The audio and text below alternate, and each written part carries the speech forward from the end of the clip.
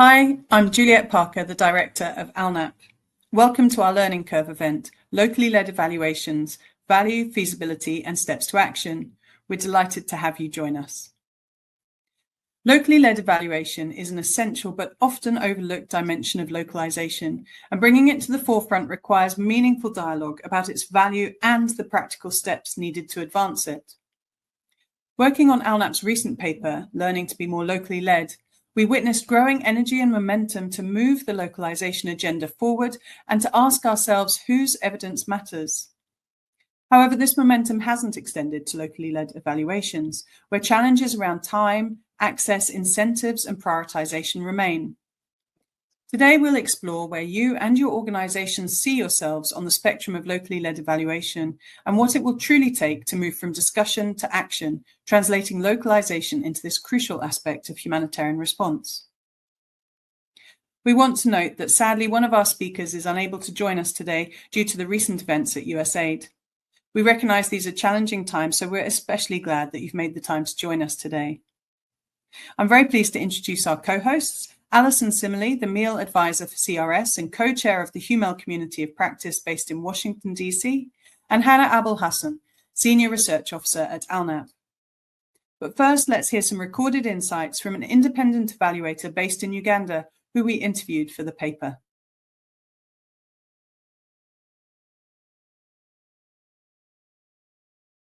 There's been so much conversation about decolonizing, about localization, but when you actually look at it from a local practitioner's point of view, from us who are doing the evaluations, asking the research, it doesn't really translate beyond the research papers, beyond the webinars. Because at the end of the day, the language is still the same and the power centers are still the same. Maybe the needle has moved, but it has moved within the same radius.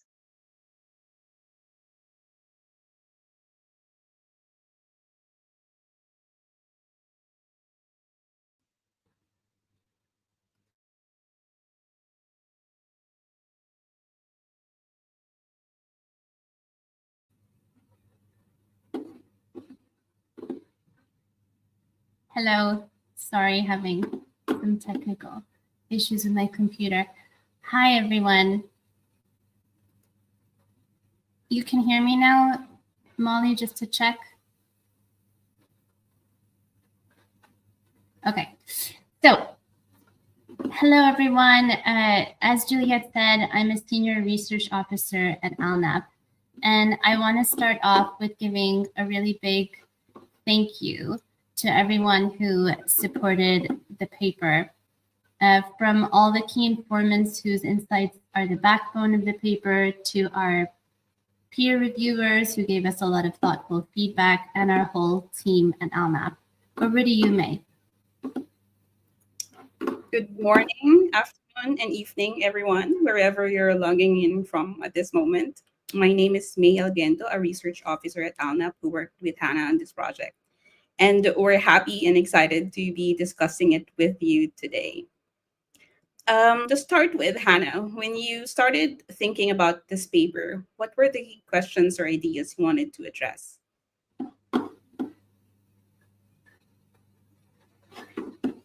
Thanks, May.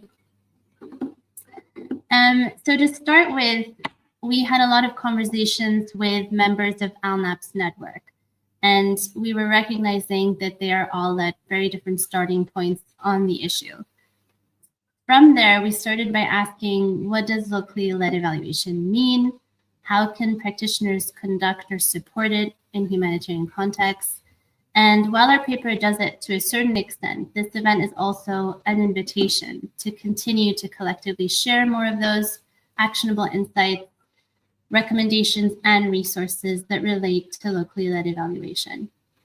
In our literature review, we found that a lot of what was available was written at a theoretical or academic level and centered around development contexts, which made it difficult to find a collection of quick, relevant ideas and actions that would be applicable for humanitarian settings.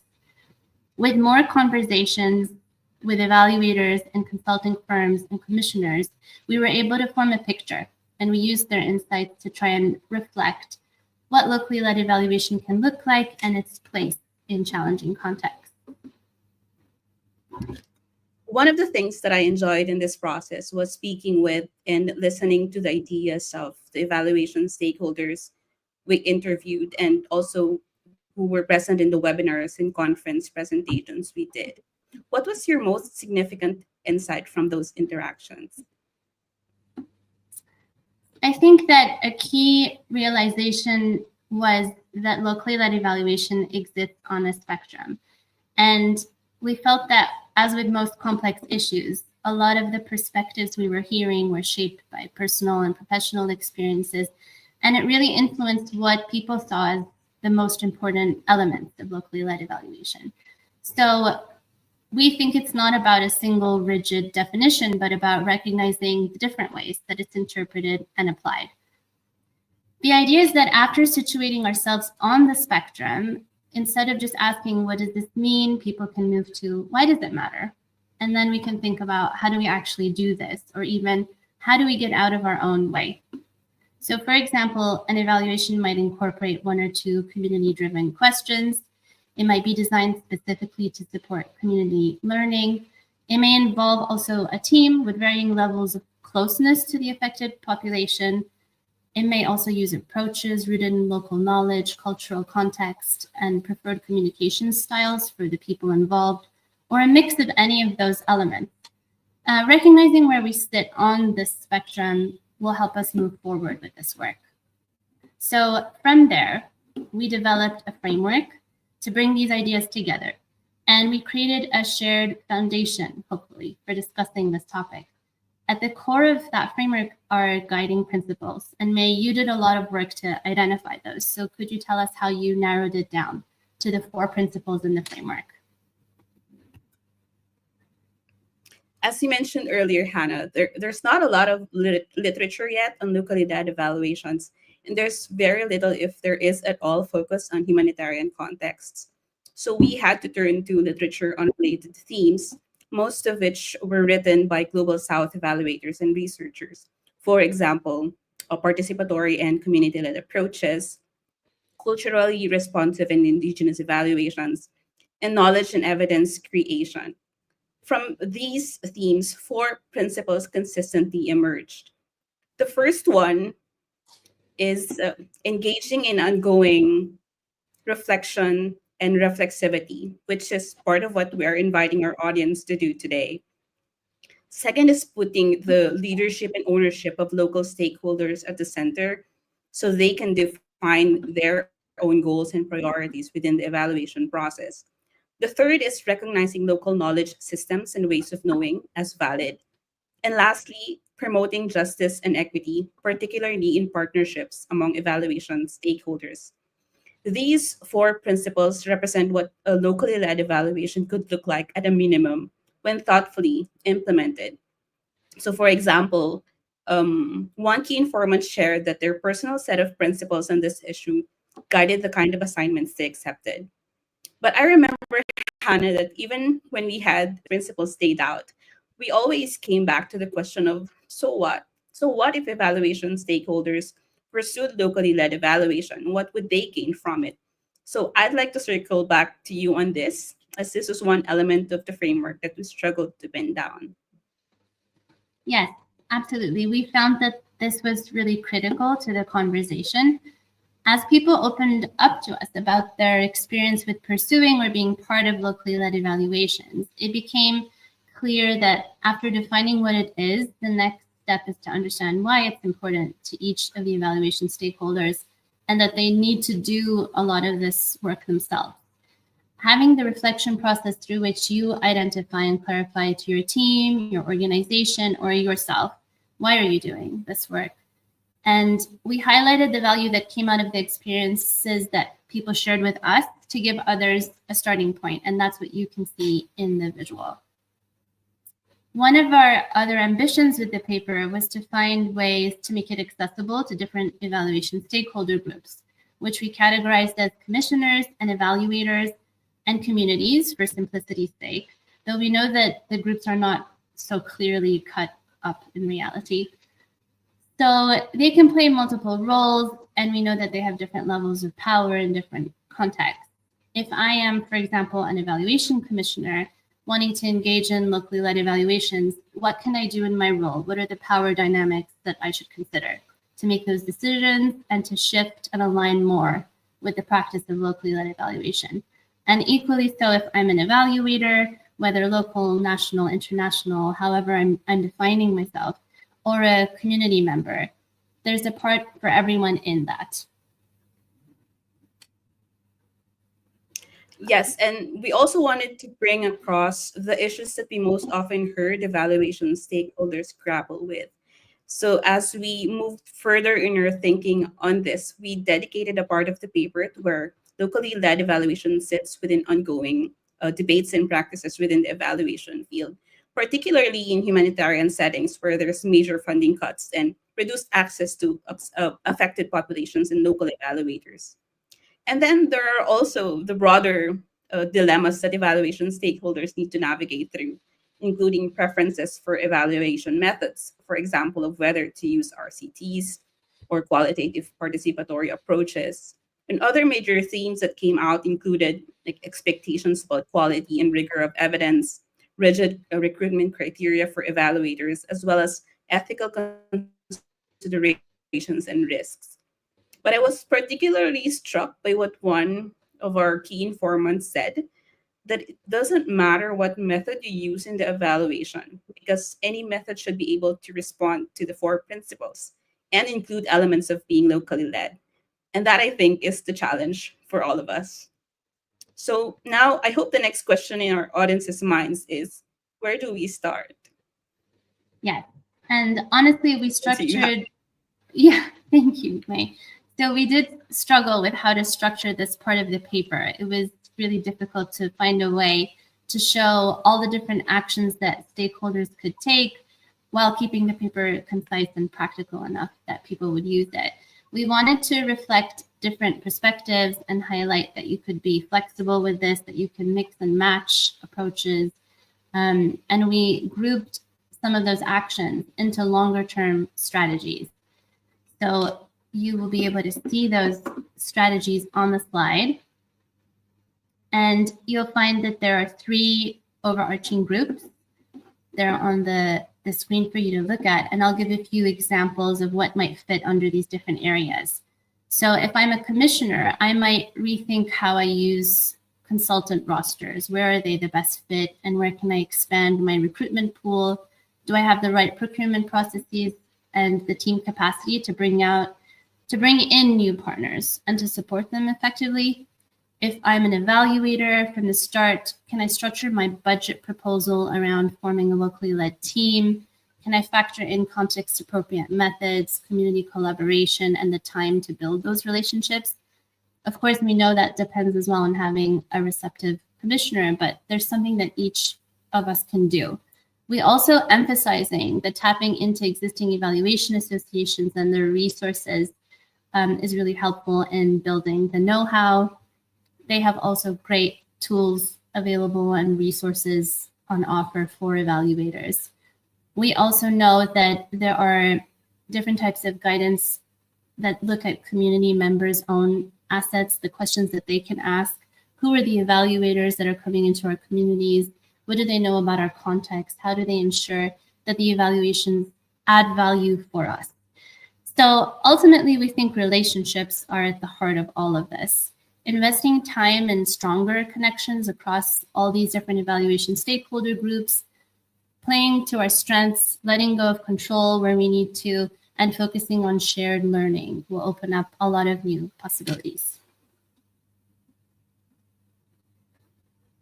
And as the longer term strategies might take time to come to fruition, we've also suggested some low-hanging fruits that organizations can immediately start doing.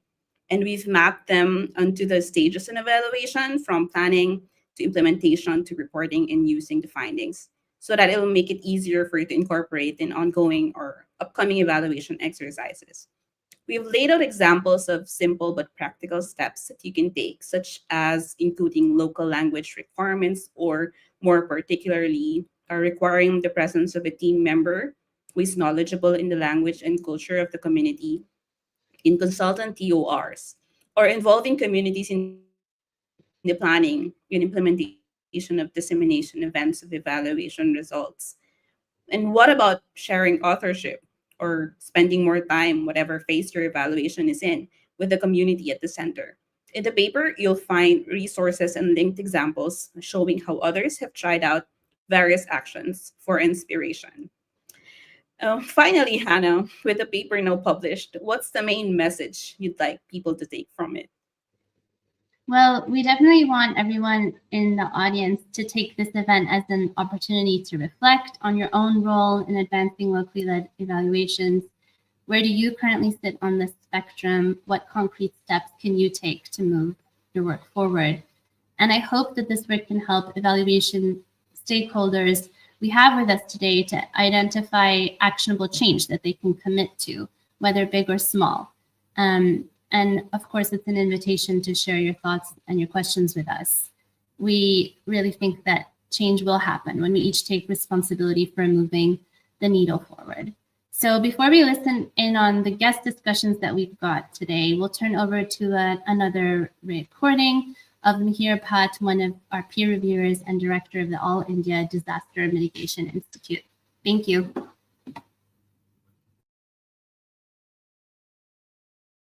Evaluations are invariably top-down. We find that the best of the evaluation material comes from bottom-up processes and teams if that's how the argument and the data collection is built. Locally led humanitarian action and growing attention to accountability to populations affected by crisis both support the case that local evaluators are better able to lead community-centered evaluations based on their deeper understanding of local context, cultures, and values. And yet, the discussion with ALNAP members and other important actors through this scoping paper indicates that the practice of locally led evaluation is not prioritized or incentivized.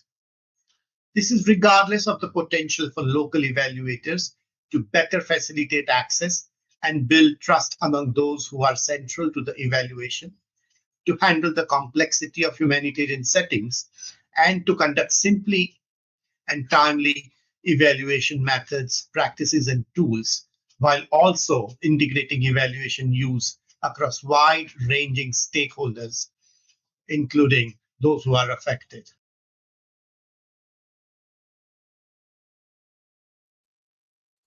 Hello, everyone. Our first discussion today is about grounding this work in an understanding of locally led evaluation's value and the strategic commitments that often motivate or underpin people and organizations starting off in this direction. So we'll hear from two speakers in this group. The first, Pamela Convenido, is with HAG, the Humanitarian Advisory Group, where she leads sectoral research projects related to humanitarian action and provides technical support to evaluations and strategy development.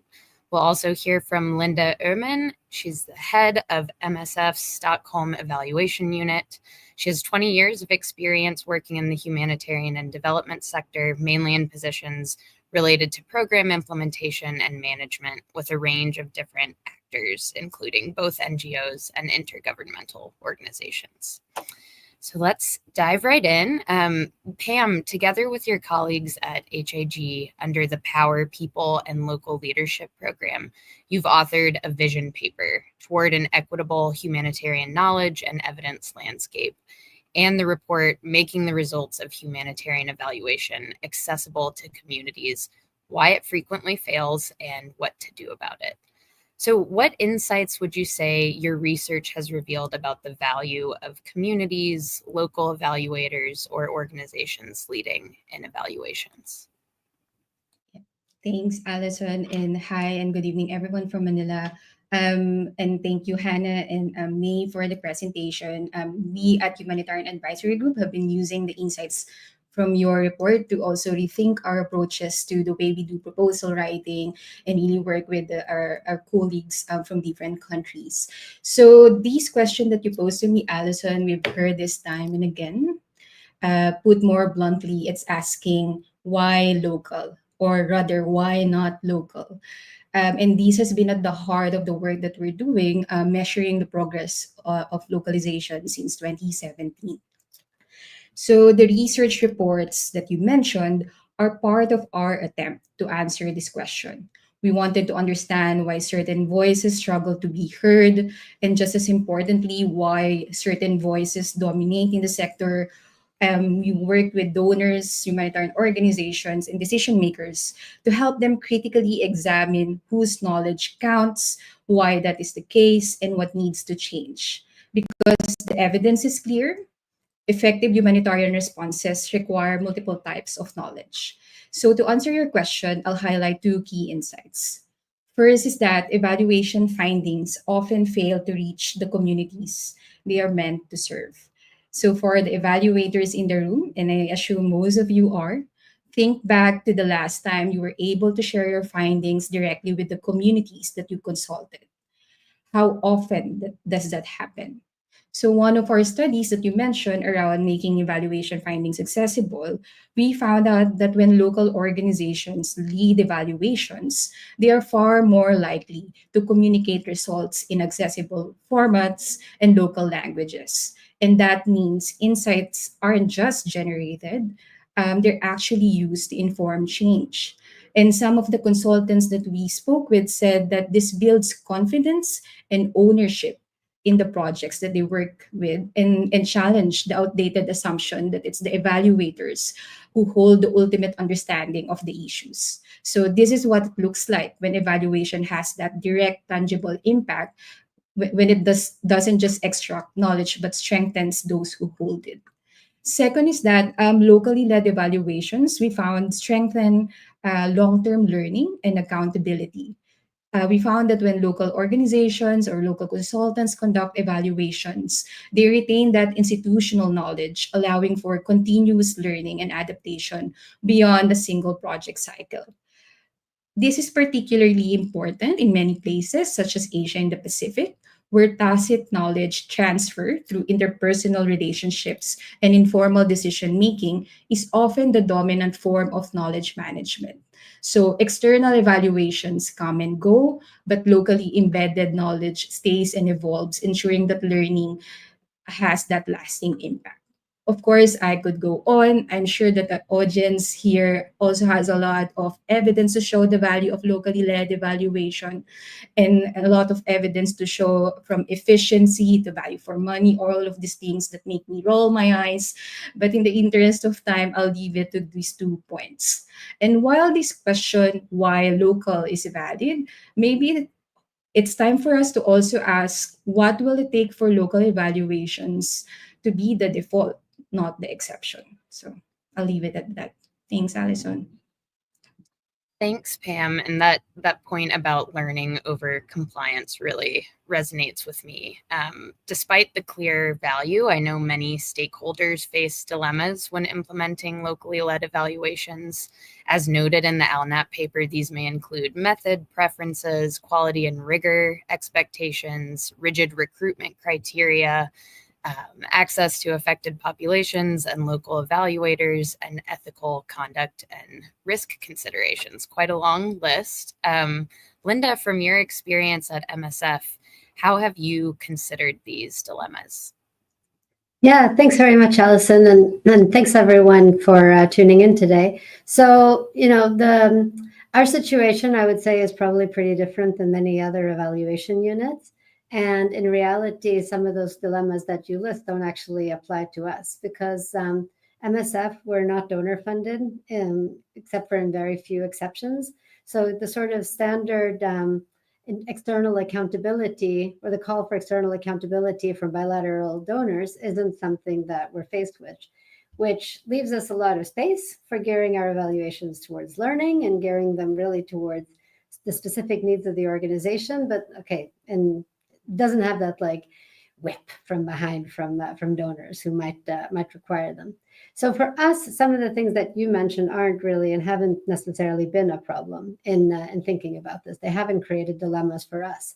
What we think rather have created some of the dilemmas for us in working with this are things like, quite frankly, our own organization's culture of evaluation and where we're at in getting people to request commission evaluations, their engagement throughout the process, and then where we've had to choose to focus basically our ideas of engagement. So I would say we've probably put more efforts in trying to engage our internal stakeholders than some of the external stakeholders. So that's been a challenge. I mean, to some extent, what you mentioned about competencies and things like this is something that has come up. But the thing is that because we're very flexible and we basically do open recruitments for every evaluation, we can really focus it on what are the specificities, what are the competencies that we need for that individual evaluation. That said, we think perhaps not like that we think that locally led evaluation would have less rigor or things like that, but we're pretty mindful of our own biases and how we read some of the proposals and what that has created. So, and then I think the last one has been on, because we've had a pretty active conversation in the unit about engaging beyond our internal stakeholders and the idea of really involving people in processes. And then what we wind up coming up against is time and energy versus ambition and hopes, aspirations, essentially, where we wind up having to dedicate more time, perhaps, to moving some of the internal elements of the process ahead, rather than to be able to have the energy and the space to look outside the individual evaluation process. And could you share some practical insight into how you responded in moments where some of these dilemmas came up? Yeah, so I mean, I think one important thing is that how do you change attitudes and behavior externally is the same as how you change it internally. So we've tried to look for ways in which to keep this conversation very much alive among our evaluation managers, and to include it in policy documents that we have that we in turn share with the external evaluators that work with us. So like, what would we like to see in terms of engagement? What would we like to see?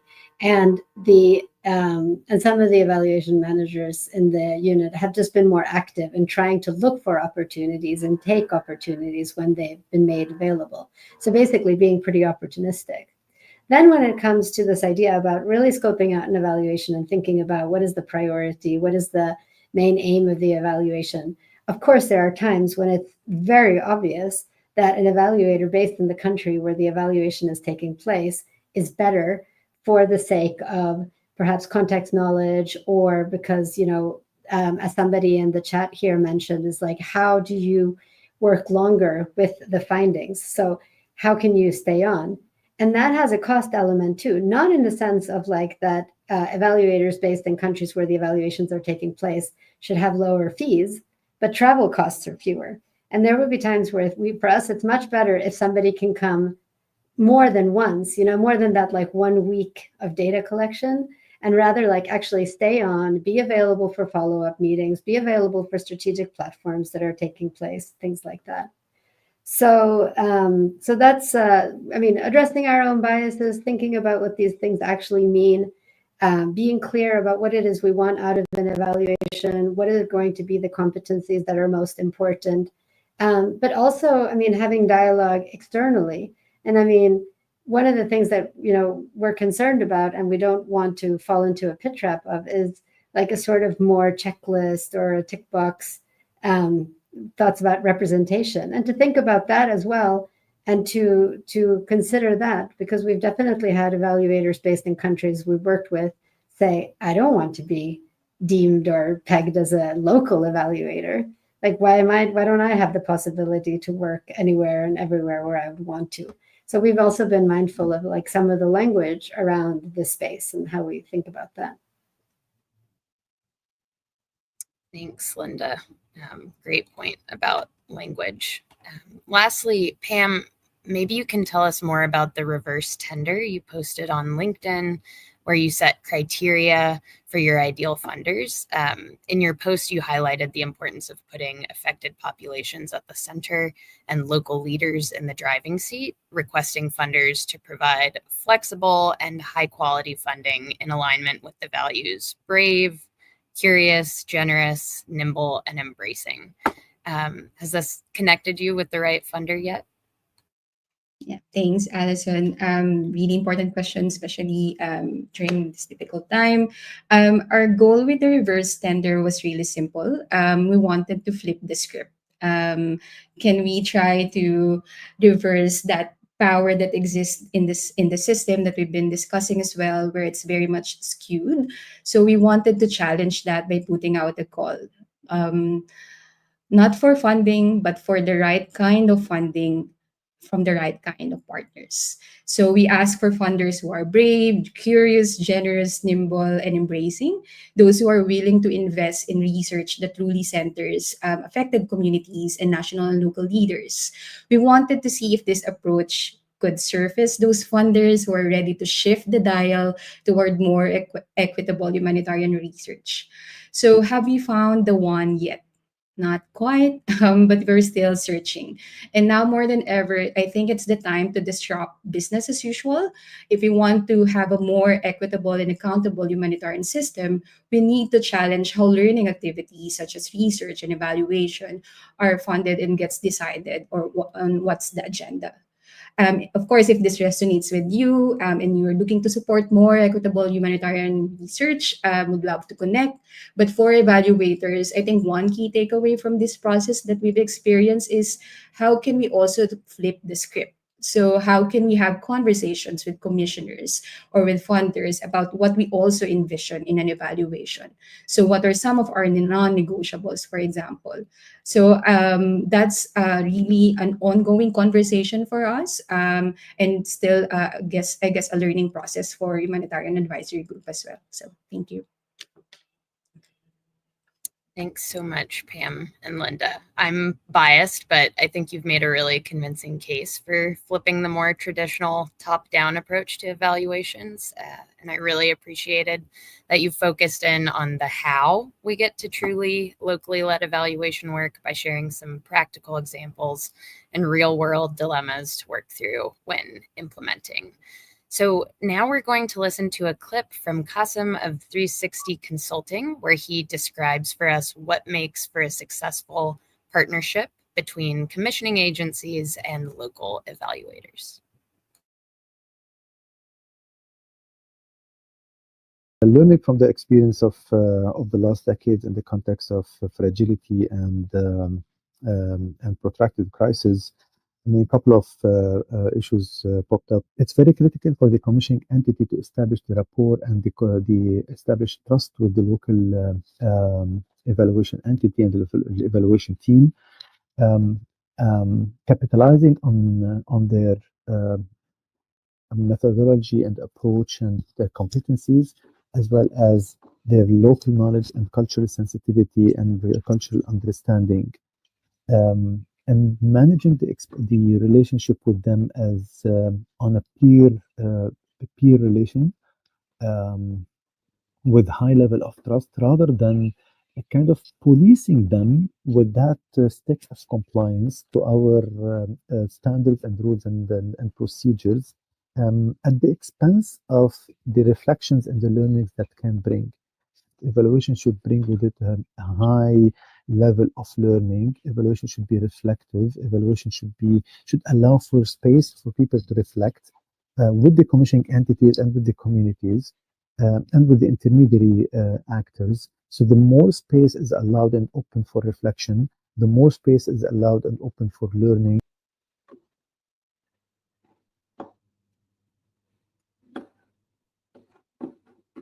Hello again. So I'll be hosting this second discussion, from vision to making it work in practice. And we have three speakers joining us. We have Carla Levine, who's President and CEO of ALNAP Solutions, a small evaluation firm based in Virginia, USA, with expertise in advocacy, democracy, governance, peace building, rights, and capacity building evaluation. Hippolyte Poul is the founder and executive leader of the Institute for Peace and Development, a small proximate evaluation firm based in northern Ghana that focuses on knowledge creation and dissemination to support impactful interventions through research and evaluations. And last but not least, Giovanni Austringram is a senior researcher and evaluator at the Dala Institute, an organization based in Indonesia, which conducts high-quality research, evaluation, and technical assistance that integrate social, environmental dimensions and amplify diverse voices from the Global South. So while our paper outlines several longer-term strategies and more immediate actions that evaluation stakeholders may want to apply, for this next discussion, we'll focus on a few key aspects from moving that conversation from vision to practice, based on the experience of our guests. Carlyle and Hippolyte, your brief on equity in contracting highlights the strengths of local evaluation firms, key barriers that they face, and practical strategies for supporting and contracting them. For organizations that are struggling to take actionable steps, where do you suggest that they start in assessing the equity in their contracting practices? Over to you. Thank you very much. I'll go first and then Carlyle will follow suit. Our piece, as you said, Hana, focuses on the contracting part of evaluation. But within that, we recognize that it starts with the proposal development process and then it goes to the contracting part. So I will go first on the proposal development process and basically make the point that first and foremost, the process of bringing calls to the attention of small local evaluations must be done in spaces where they are present, where they can catch the announcement and be part of it. So if the call is sent only to people that are on the list of donors, then obviously these small local firms are going to be likely excluded. So advertise widely in spaces where you can catch the attention of the small local firms. We also think that it's important to make available enough time for response to the calls for proposals. A lot of times we see proposals that come and they give barely 2 weeks or a few days to respond. Small local firms don't have the luxury of people sitting around and waiting to respond to proposals.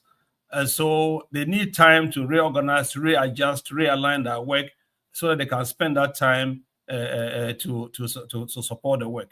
The other thing that we would like to advocate is that please indicate how much is the budget, what is the budget cap that you have, because that allows small firms to decide, is it worth the time and effort to invest in this?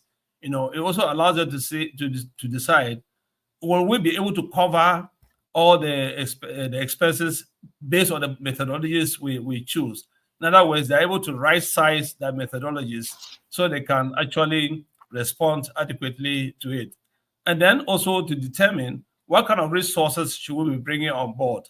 A lot of the small firms have worked through networks or resource pools, and they bring experts in as and when the need arises.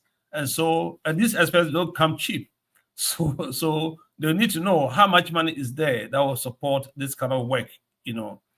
Now, another way to help small local firms be more competitive is to reduce the time that is required to support a proposal development process.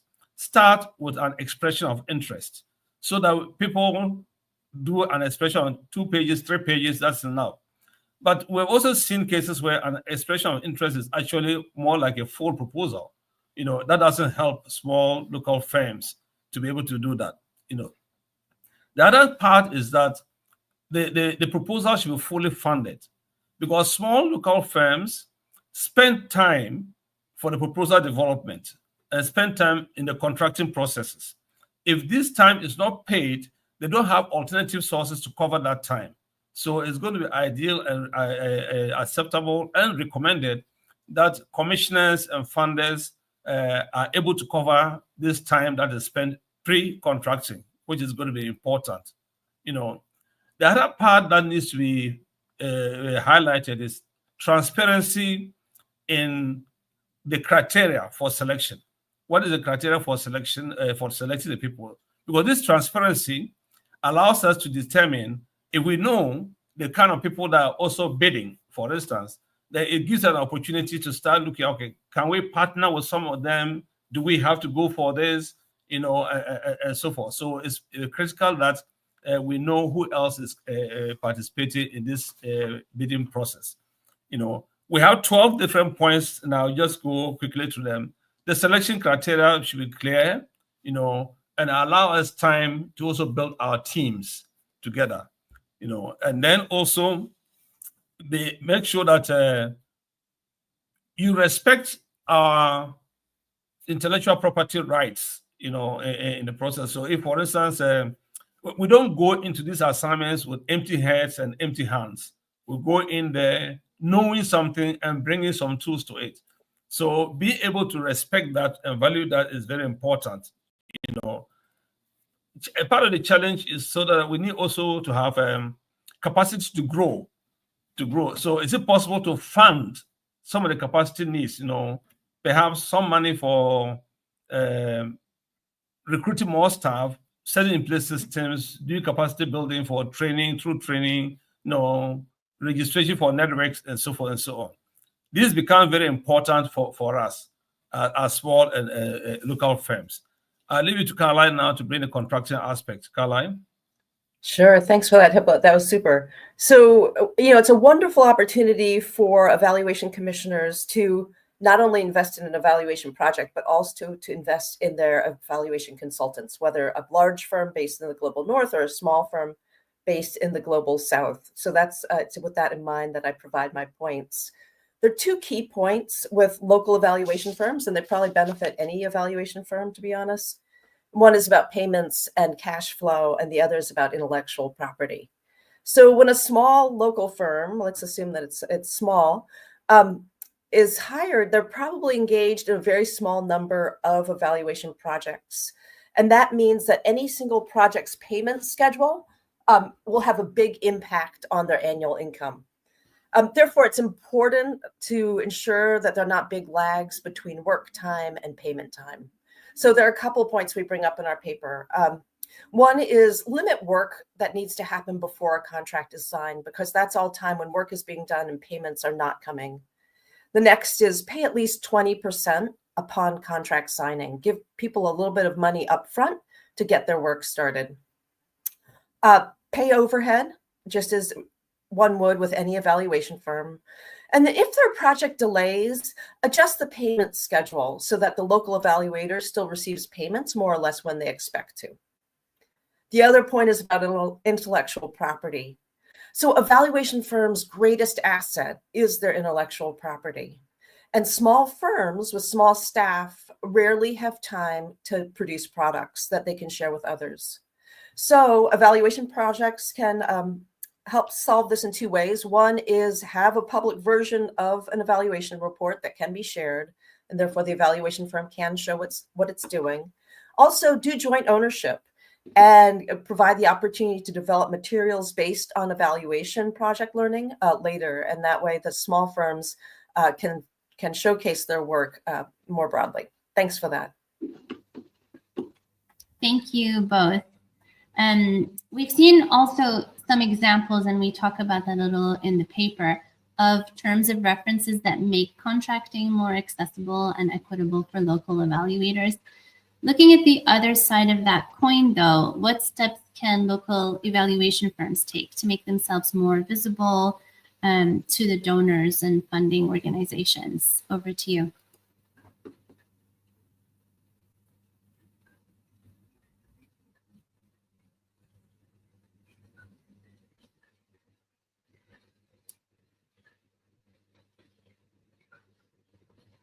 Sorry. Thank you very much, Anna, for the question. This is a very important question to look at the other side. I think the small and solo evaluators and local firms need to recognize that, yes, funders want quality in terms of their technical expertise, but they also have responsibility to safeguard the resources they are investing in us by paying this. So we need to be able to demonstrate that we have the capacity to be accountable, manage our resources judiciously, and be transparent in our reporting processes.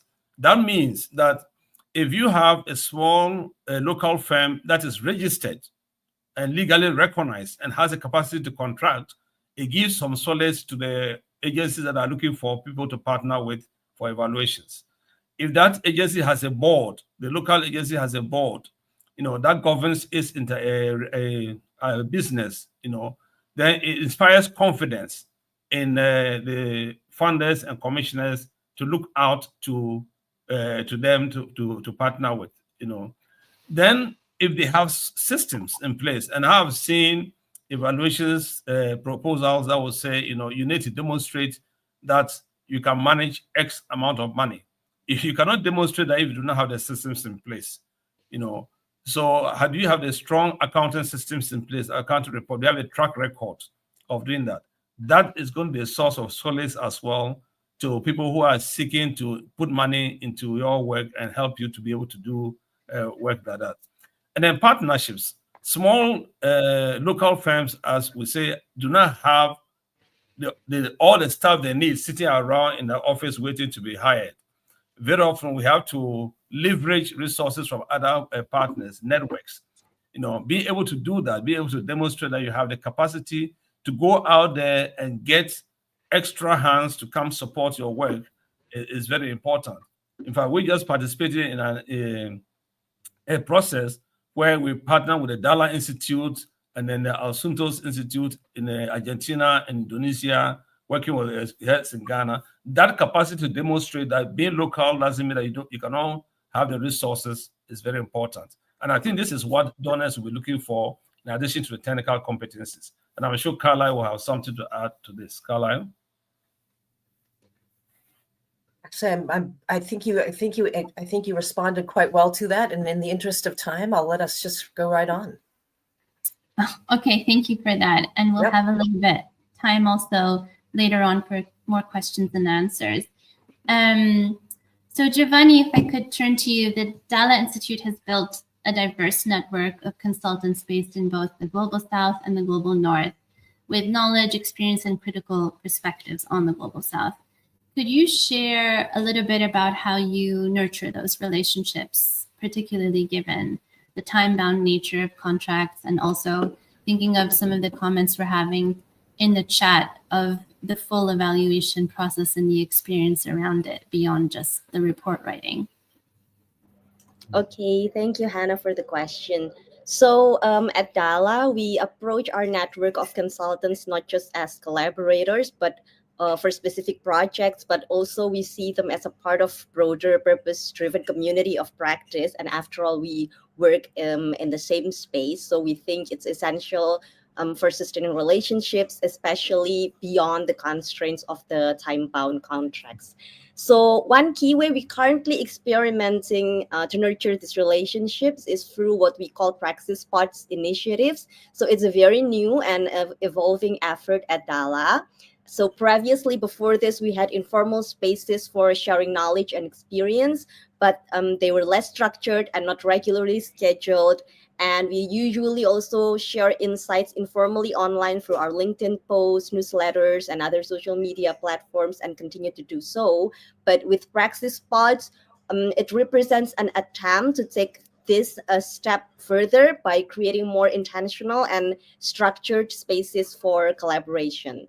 So yeah, it's we designed these spots to basically foster collaboration, knowledge sharing, and innovation across our network for our staff, associates, and consultants to engage in meaningful dialogue about shared areas of interest. For example, we work a lot on land, forest, natural resources, governance, just transition, and especially the crux of our works is the relationship between those things and the impacts of social environmental policies to marginalized groups such as indigenous communities, women from rural areas or lower classes, people with disabilities, and other marginalized and vulnerable groups.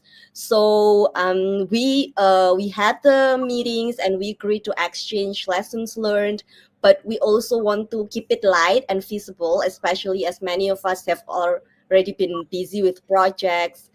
But light and visible, but we want it to be also meaningful. So we want our consultants to stay connected, even outside specific project timelines. And by that, I think the point is we want to maintain this clear and consistent communications And we think that this combination of structured spaces like our initiated praxis spots, continuous dialogue, ongoing informal engagement, and events like this, it helps a lot for more contextual and innovative approaches that allow us to go beyond transactional relationships. And I think funders and commissioners should really think about ways to support these kinds of convening, networking, and relationship building activities, because really it's the activities that sustain how we can produce our work and how we can think of more innovative, contextual, locally led methods that actually also benefit the funders and commissioners in doing their work better. So yeah, I'll stop there. Thanks. Thank you. Thanks for that. And I wonder, also thinking about the kind of interest area that's coming up in the chat. You've talked about that sort of meaningful engagement with that network of consultants, but is there anything more you would add about how you do this successfully with communities?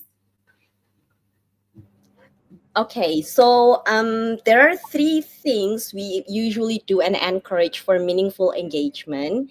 And the first point is co-creation, because it helps build trust and alignment early on, which is critical for meaningful engagement, though we acknowledge that it's not without challenges. And as the other speaker said, for example, when we think about the tension between independence as evaluators and co-learning processes, and also budget and resources that we know is still a significant constraint. And when we did co-creation, we actually did a lot of that with stakeholders across different levels and with different degrees, so not necessarily always with community members at the very grassroots level, but even with the people from higher level, we approach evaluation as learning oriented, and so not tick box exercise.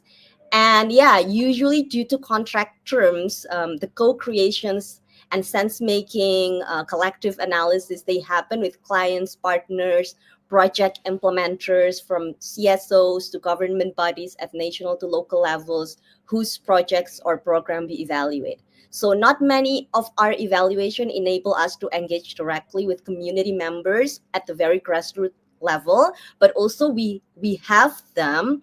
For example, in one of our recent evaluation, we really conduct participatory data collection and sense-making FGDs with urban community members that are directly affected by projects we evaluate. But then, yeah, not many of those things. And stakeholders and communities' responses when we do co-creation have been mixed but insightful. So on the one hand, involving them in participatory data collection and sense making has led to definitely richer, more grounded findings and all the good things that others have mentioned, so it better reflects their lived realities. But then also many community members, as I saw one comment in the chat, also questioned about what incentives that they have to be involved in an evaluation that is mostly the businesses of funders and evaluators. And also they expressed skepticism about how much their participation would actually have in shaping decisions, especially where power remains concentrated among these high-level people. So we think that this is a very valid concern, and it actually shows the limitations of co-creation when decision-making and power structures remain unchanged. So that's just the first point. The other 2 is actually invest in capacity building, embed iterative feedback loops that I believe other speakers have also covered. So yeah, we also agree that meaningful engagement takes times and resources, and they may not align neatly with traditional timelines or deliverable structures. And at DALA, we often talk about how budget constraints are the main barrier to truly participatory evaluations, like Hippolyte have said. Like many times commissioners say they are interested in participatory approaches, but don't really provide the time or funding to make them happen. So they say they're interested, but our budget is limited. So if they're serious about it, they should publish the budget upfront and plus ensure that it's sufficient. Because if budgets aren't clear, then we also will be hesitate to propose highly participatory methods down to the very bottom grassroots level, because we risk being seen as too expensive, not financially competitive, and those are really some things that we've encountered more than once, because we proposed this, participatory and locally rooted evaluations, but then because the budget and time's not really allowing for that, so we are not selected as the evaluators. So yeah, sorry Thank for you. getting too long. No, that was really interesting, and a lot of really concrete examples that show the constraints and the kind of pressures you have to operate under, which makes a lot of sense, and brings us a little bit back to this dance, and in which places different angles need to be taken, different compromises or changes to approaches need to happen. So coming back to you, Carlyle and Hippolyte, do you have a top recommendation? And what would that be for commissioners who are looking to work effectively with local evaluation firms?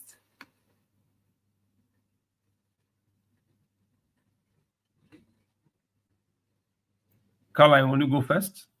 Wait, no, you go first, Hippolyte. So I think the top recommendations we've already indicated, that recognize that these institutions exist and they have the capacity to do what needs to be done. And they just need the space and time and awareness and support mechanisms really to be able to do what they can do best. Don't equate them to the large firms that have things that people in place and resources in place that can do things on a quick. Time is essential for them because they are relating to communities who go at their own pace. So you cannot have them drive the communities at your own pace. In that case, you lose the trust and confidence that they have.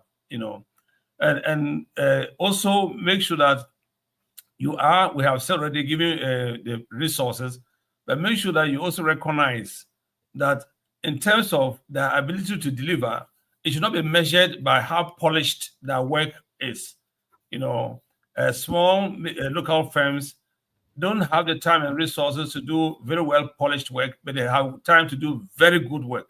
So focus on the content that they are delivering, the technical competencies they are bringing, and not the media blaze that they can generate around the reports.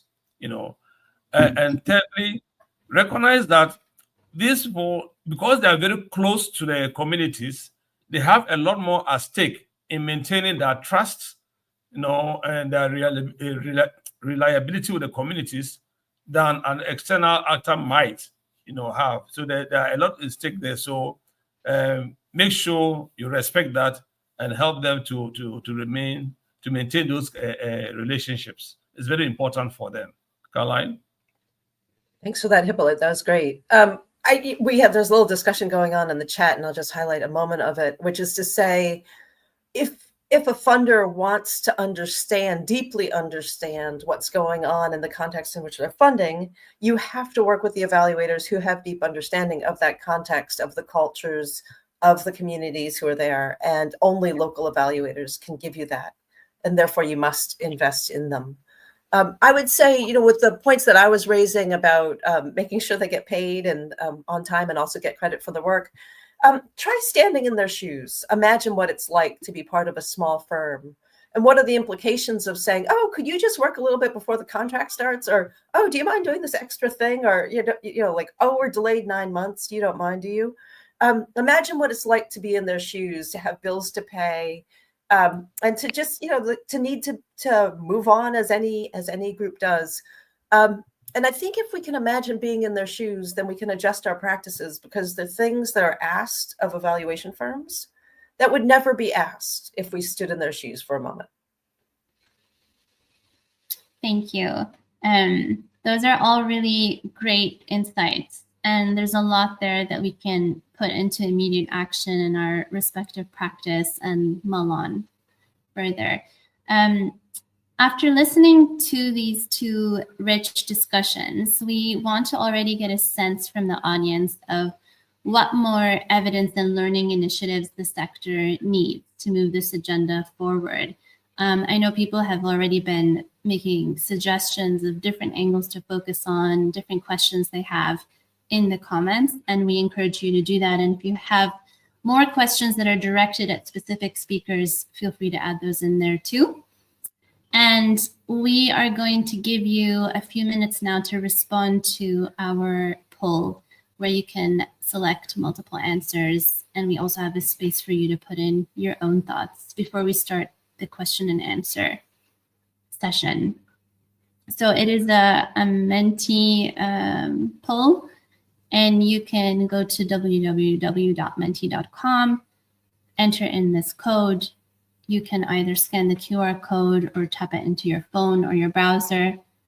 And yeah, happy for you to participate with us in that.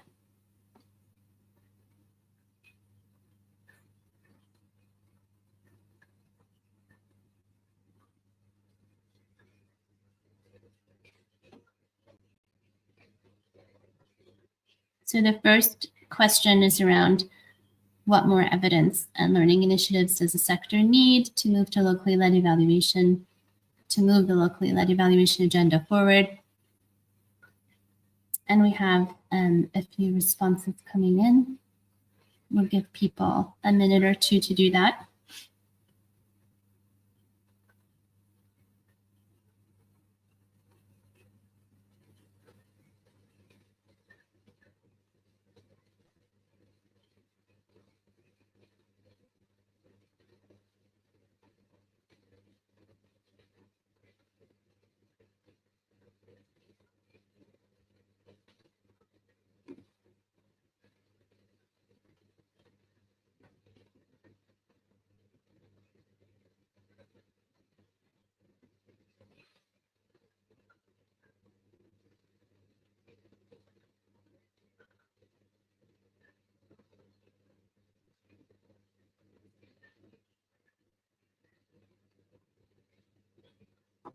Great, we have more responses coming in, but it looks like people want more learning events to exchange on locally led evaluation experience.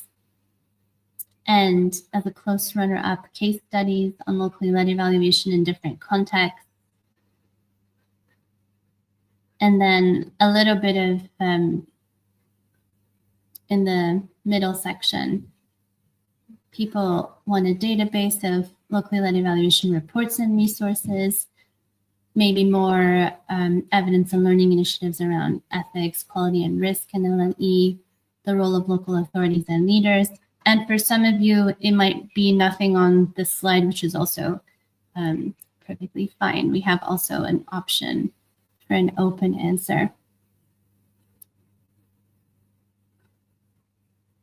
So here, please feel free to add your suggestions. And we'll have a look at those as they come in. If there was something else that you have in your mind completely that would help us to advance our practice, learning initiatives and evidence that would serve this purpose.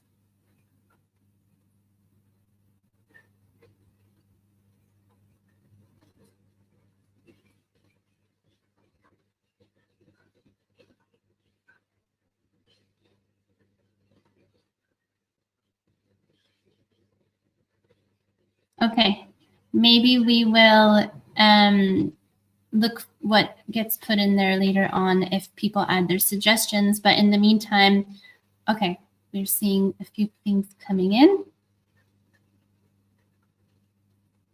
South-South and North-South collaboration, mailing list, ways of sharing calls for proposals with local evaluators, preconditions for conducting evaluations that allow for them to really focus on real learning and clear needs, where a locally based evaluator is seen as the best to do the work, the database of local consultants, capacity building, easily available databases from evaluators' evaluations from their specific local experience, conversations with commissioners and donors on their role. Lots of great suggestions coming in, and we'll find a way to make a compilation of those and think over them for our own purposes as well. Work with local evaluation associations. Great. We'll leave those on the screen for a couple more seconds for people to have a look at.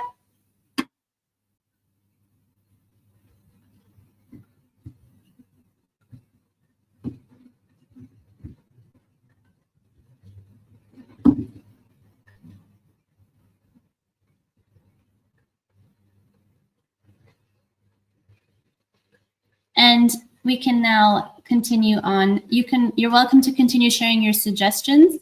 We can find a way to share these afterwards with everyone.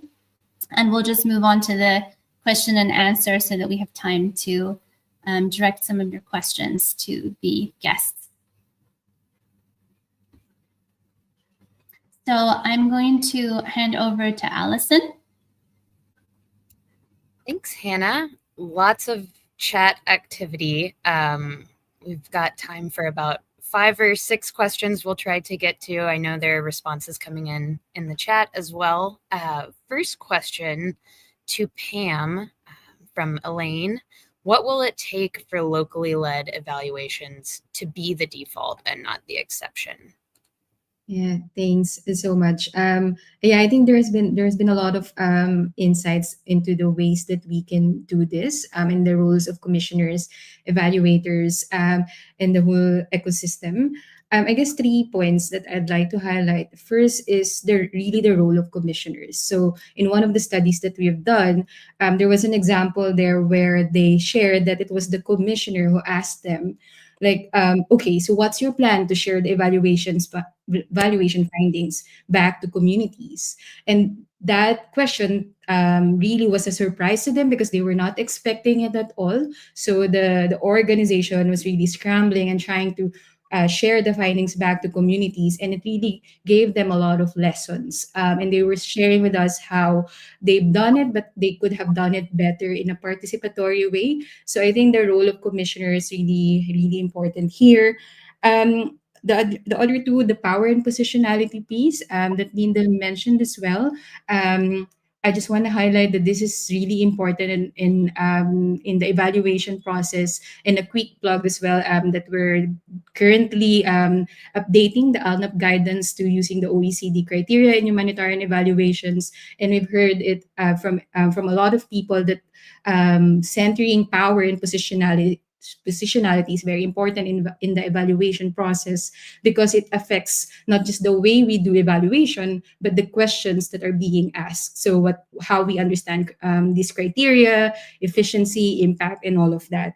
I've also seen a lot of comments around how do we center communities in the evaluation process. I think that's a very clear question. But another question to ask is, how do we make sure that the questions that we ask in an evaluation are actually questions that are relevant for communities or for evaluators? What are some of the ways that you can look for evidence that a specific project or program are putting affected people at the center of it as well? So those 3 things, the role of commissioners, the power and positionality piece, in putting affected people at the center are really critical. And I hope that the conversations that will continue to happen on these issues really center those questions until we find that it's not the exception anymore, but it's just a second nature to the sector in making sure that it's diverse team, locally led, and so forth. So that's all, Alison. Thank you. Bam. Question for Carlisle from Clara. And Carlisle, I think I saw you respond to this in the chat, but in case you have more to add, when we publicize a call for proposals, what platforms can we use to ensure local evaluators see it and can apply? Yeah, that's fantastic. And I think Hippolyte and I both responded to that in the chat. And so I'll just voice what we said in the chat. And so Hippolyte, you said go to evaluation sites such as Peregrine or the American Evaluation Association, or I don't know if the IOCE or Val Partners, or the regional evaluation firms would have places to post positions. I've seen a lot on LinkedIn lately, and I've seen increasing numbers of people on LinkedIn. And so, what I've done as an evaluator is I now follow a lot of folks with whom I might want to work. And then when they post, I see their postings for openings. So I think those would be some suggestions. It does depend in part on the kind of evaluation you're looking at. Is it humanitarian? Is it long-term development? So those also the sectors have their particular places where people frequently go. So I might poll some local evaluation firms in the places where you want to work, and see where are the sites they usually visit, and that would be the good place to post. Thanks so much, Carlisle. Linda, this is coming from Kabir in the chat. I know we heard a bit from Giovanni on this, but could you share a concrete example where you involved a local community or consultant in a crisis-affected community? Yeah, I mean, so we've done it on numerous occasions, and when it comes to specifically how we've involved members of the community, then as a part of the evaluation processes we lead, we have a consultation group. So that's like a collection of key stakeholders around the evaluant. And in those cases, we've had people from national think tanks or research centers involved. So we did that on an Ebola evaluation we did in Eastern Congo a couple of years ago. Or we've had members from ministries of health, for example, participate as well, be sitting on those consultation groups. And then basically that means that they're involved in giving input on the terms of reference, the inception report, and finally also the actual evaluation report. But they're somehow like a little bit more connected into the process. We've also had an evaluation process recently where we had a very engaged evaluator who went to the project location to scope the evaluation and therefore connected both to the project staff, but also to the people in the partnering community-based organization. So it created like more space for input in that way. What we try to do like continuously across all evaluations is do information sharing of the results of the evaluation. And so that often we've done through brochures that because we work a lot in actual centers or physical spaces, it's easy to leave those kind of brochures in health centers, in rehabilitation centers and things like that. And when it comes to consultants, I mean, like I said before, we really look for what we think is the best consultant for the specific task, for the specific evaluation. And then we try not to be bound by, where they're coming from or where they're living, and basically go for the greatest needs and try to be very honest with those. If it's a context where we know that we want to be able to work with the evaluation findings longer, then it'll make more sense for us to have someone who's based in that country. If it's somebody who might be a evaluator with, recently we had an example of evaluators with with a background from Afghanistan and therefore very strong connections in Afghanistan, who'd be able to navigate data collectors much better there, then we went for that. That was the best option. So it's about having your priorities clear. Excellent. Thanks, Linda. Next, this is from Michaela and seconded by Britt for Giovanni, building off some points Pam and Linda made earlier, demonstrating the clear value of the locally led approach. Do you have any additional arguments for highlighting the risks of not adopting locally led? Yeah, I think similar with what others have said, then we risk of losing context-specific and lived experience insights from people who we evaluate. So there are actually many arguments in terms of keeping our quality, to be able to have a high quality evaluations, to have locally led evaluations. But then we also heard about how the challenges, because we have structural challenges in the power structures, decision-making structures in evaluation ecosystem.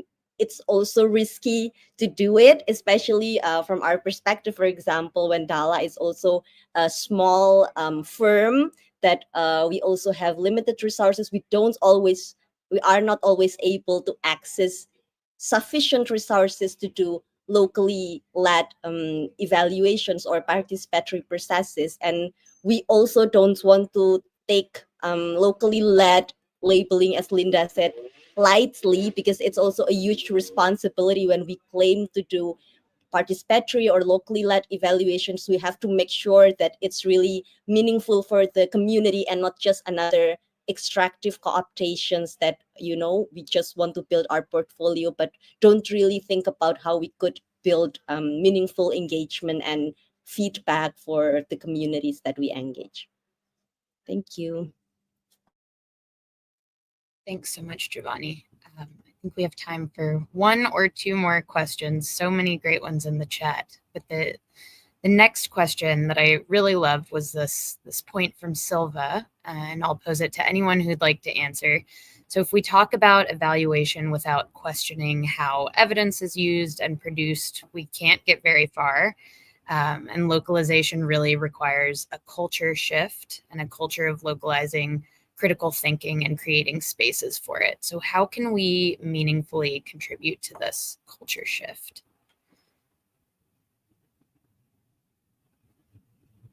It's a lot to chew on.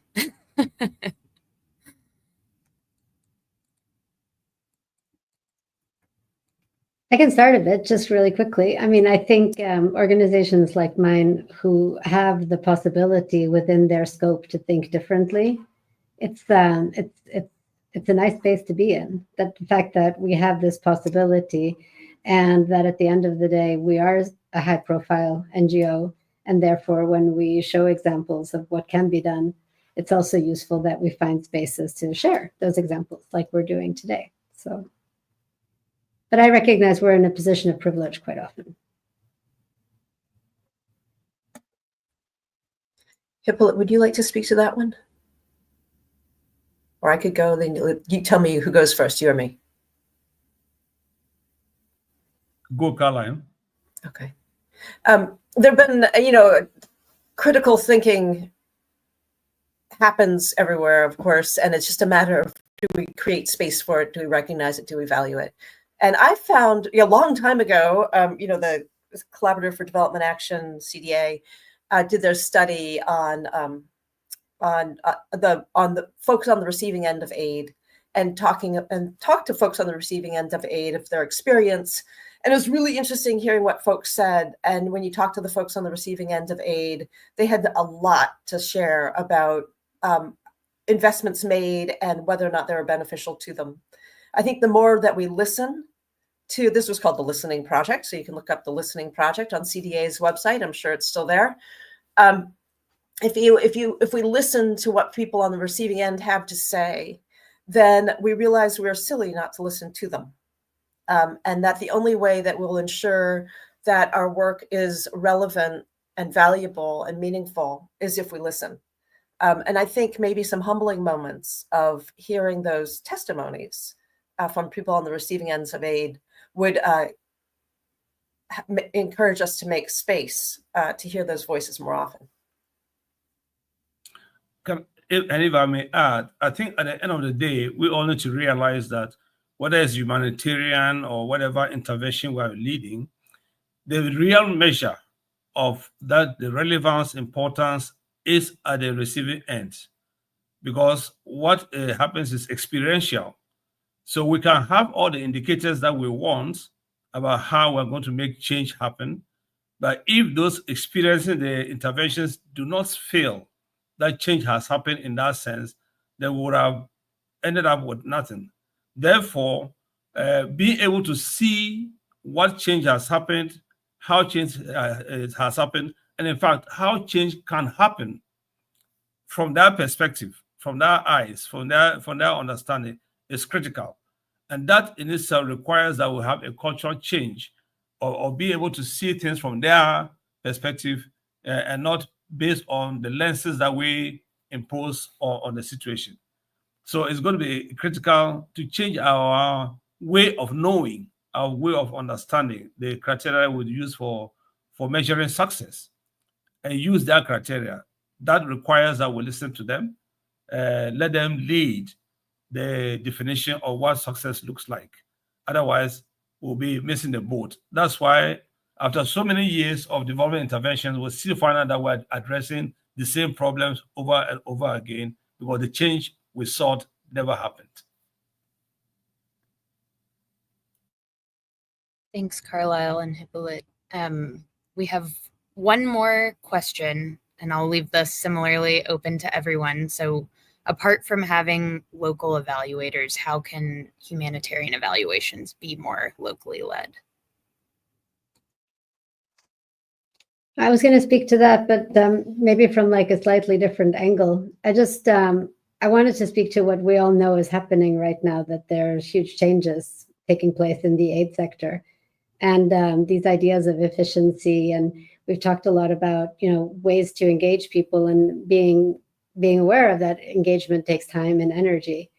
And so we're faced with some of these questions as well right now. And how are we going to respond to them? Obviously for different reasons, but I mean, everybody feels an economic scrunch amongst other things.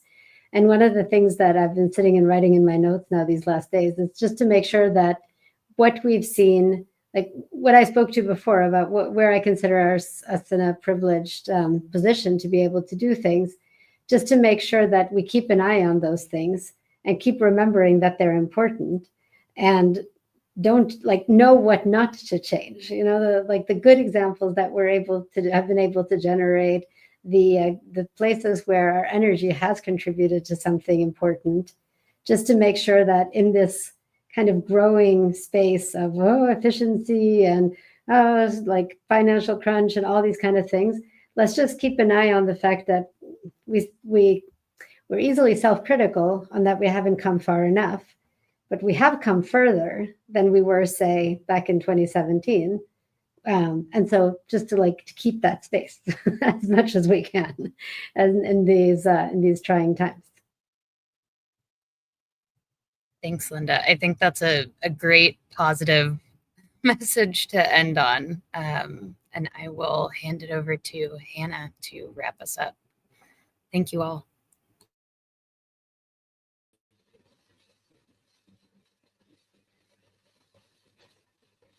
Hi again, everyone. Thank you if you've made it this far into our event.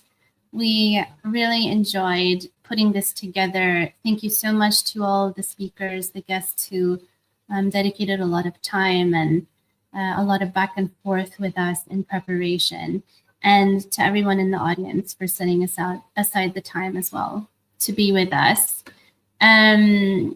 We will be looking at all your chat messages and the comments as we consider our own next steps at ALNAP. I hope others will also look at those ideas and suggestions that were shared, and that it's helped everyone to think about possible next actionable change that you can commit to, whether big or small. And we hope you'll also share your thoughts or questions with us in the weeks to come through the email that we'll share on chat, alnap@alnap.org. And again, thanking you all for the time you've given to be with us today. All the best. Have a good rest of your day.